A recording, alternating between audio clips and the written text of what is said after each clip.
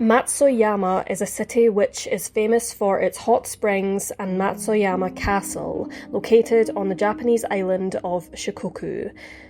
During the early 1980s, it was the city of residence for 34-year-old Kazuko Fukuda, a married mother of 4. Kazuko was born on the 2nd of January 1948 in the city of Matsuoyama, Japan, but she did not have an easy childhood.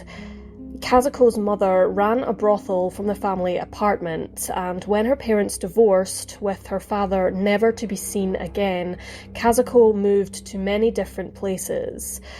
Her mother married a fisherman, with Fukuda enrolling in a new school. Sadly, her boyfriend in high school died in a car accident, which left her bereft, and as a result, she dropped out of school. In 1966, Kazuko was imprisoned at Matsuoyama Prison for robbing the home of the head of the Japanese taxation agency when she was 18 years old, and as a result became a victim of the Matsuoyama prison incident, where she was sexually assaulted, and not long after the incident, the perpetrator of the crime committed suicide. Following her short 2-year stint in jail, 20-year-old Kazuko married her first husband, but the pair divorced 5 years later. She married once again shortly afterwards in 1974, with this man becoming father to all 4 of Kazuko's children. After having such a difficult start in life, Kazuko was finally in a good place, but it wasn't to last. Her spending started to spiral out of control. She enjoyed having a lavish lifestyle, buying many things she could not afford, including expensive clothes, and she enjoyed spending much of her time drinking and gambling, but before long, Kazuko's luck had run out. She was in serious financial trouble. She owed over 2.5 million yen to a number of creditors and, as a result, took out substantial loans from a loan shark. It was 1982 and Kazuko was employed as a cabaret hostess. Over time, she developed a jealous hatred towards the most popular hostess, 31-year-old Atsuko Yasuoka, who was described as being very attractive, not to mention a very bubbly character. Much to Kazuko's dismay, Atsuko was also earning many more tips from the customers than she was. Kazuko was crumbling under her financial troubles, and seeing how happy and financially well off Atsuko was, hitched a plan to deal with her debts and her jealousy.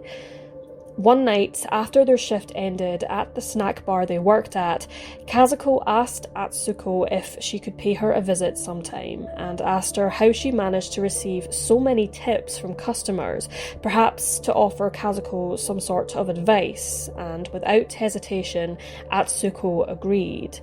Little did she know that she had sealed her fate. On the 19th of August 1982, Kazuko made a visit to Atsuko's lavish apartment and became enraged with jealousy.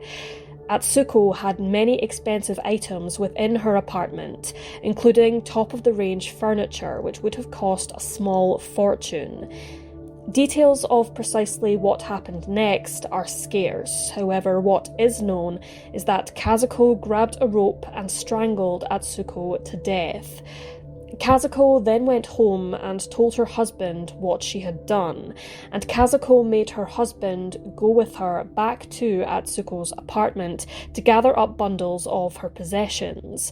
They fled the scene with over 300 goods, allegedly to make it look like a so-called night flight, where someone flees their home during the night, normally to avoid the likes of creditors. Kazuko had taken more than enough goods to pay off all of her debts, reportedly around $90,000 worth.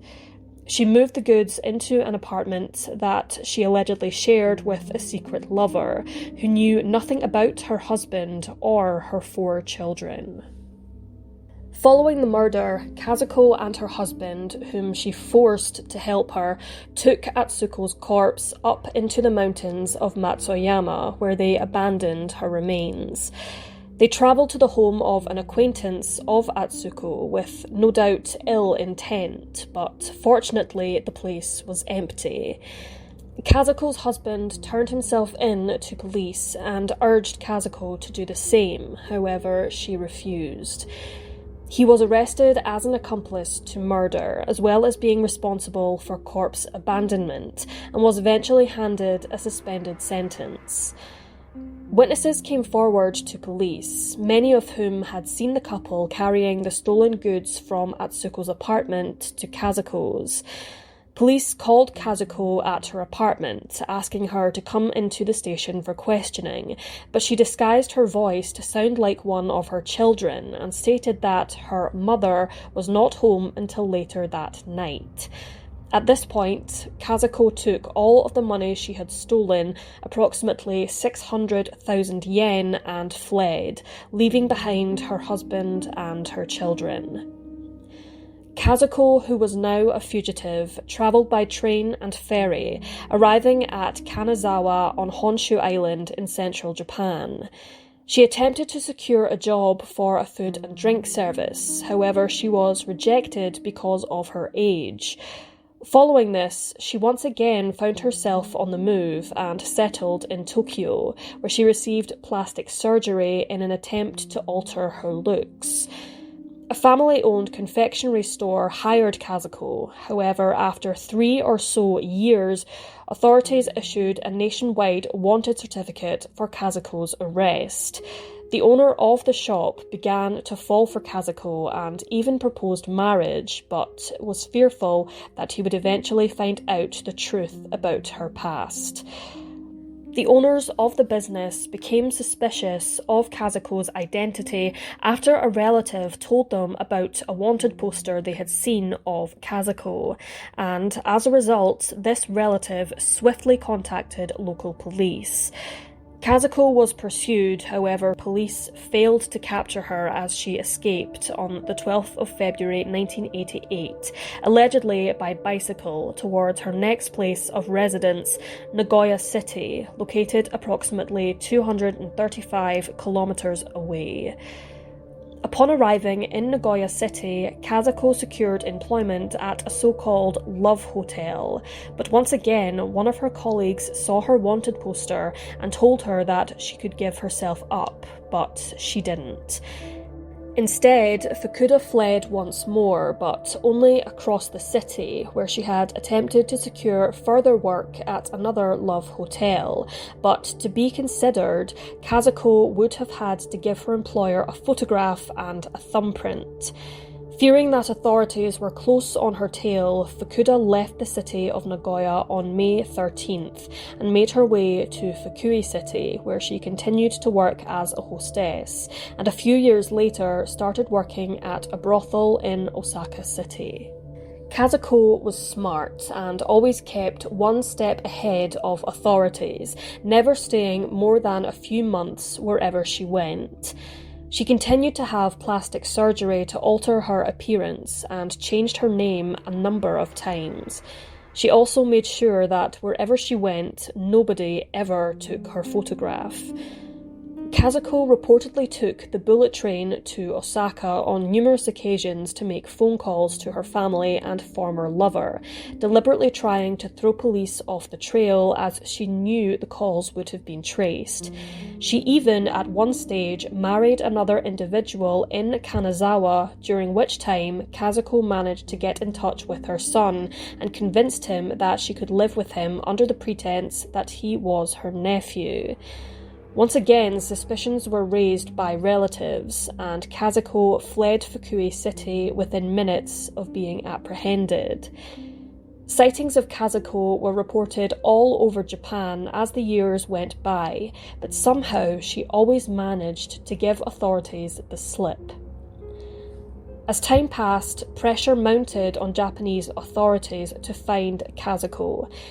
In Japan, the statute of limitations is a mere 15 years due to the low murder rates and high crime-solving rates, and by 1996, with just 1 year remaining before the statute of limitations expired in the case, police were still no closer to catching their fugitive.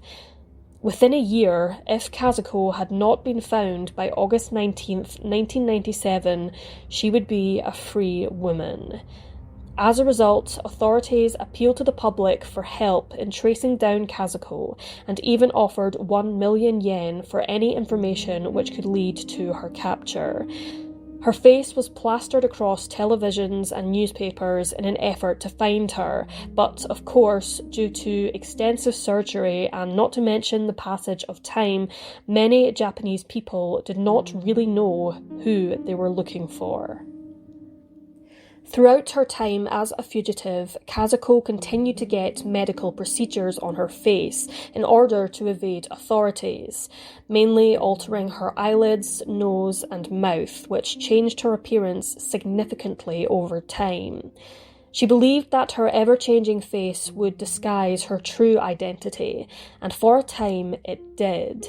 That was until the 29th of July 1997, a mere 20 days before the statute of limitations would expire.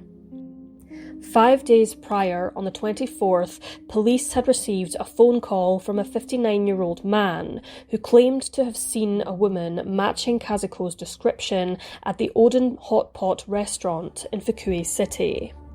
She was reportedly a regular at this particular restaurant and went under the name Yukiko Nakamura.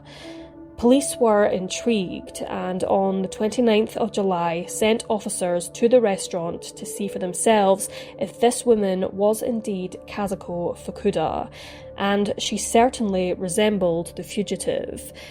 Police subsequently took Yukiko Nakamura in for voluntary questioning at around 2 p.m, where she continued to drink alcohol and, interestingly, refused to have her fingerprints taken. Fortunately for authorities, they managed to take fingerprints from the bottle of beer that the woman was drinking from, and, alas, a match to the prints found at Atsuko Yasuoka's apartment. This woman was, in fact, Kazuko Fukuda. She had been caught just 20 days away from freedom after spending 14 years, 11 months, and 10 days on the run. Some sources dispute this, however, and say she was actually captured 11 hours from the statute of limitations deadline. Kazuko, who was dubbed by the media as the Woman with 7 Faces, was arrested at approximately 6:40 p.m. that night without incident. She eventually confessed everything to police and, in May 1999, was sentenced to life imprisonment for the murder of Atsuko Yasuoka by the Takamatsu District Court. They concluded during the first trial that the murder was not premeditated, but that the robbery was. A number of appeals were placed by Kazuko's legal team, her defence claiming that during one of them that Kazuko killed Atsuko through passion, citing lesbian attraction, but despite pleading for leniency in Kazuko's case, all appeals were rejected. Her conviction remained. The Woman with 7 Faces spent the remainder of her life behind bars in Wakayama Prison, Japan, and in February 2005, whilst working in the prison factory, 57-year-old Kazuko collapsed, having suffered a stroke brought on by a bleed to the brain. She passed away on the 10th of March. Despite extensive plastic surgery, changing aliases a number of times, and bouncing from place to place to avoid capture, justice finally caught up with Kazuko Fukuda. It is a crime which shocked Japan, and to this day remains as one of their most notorious murder cases.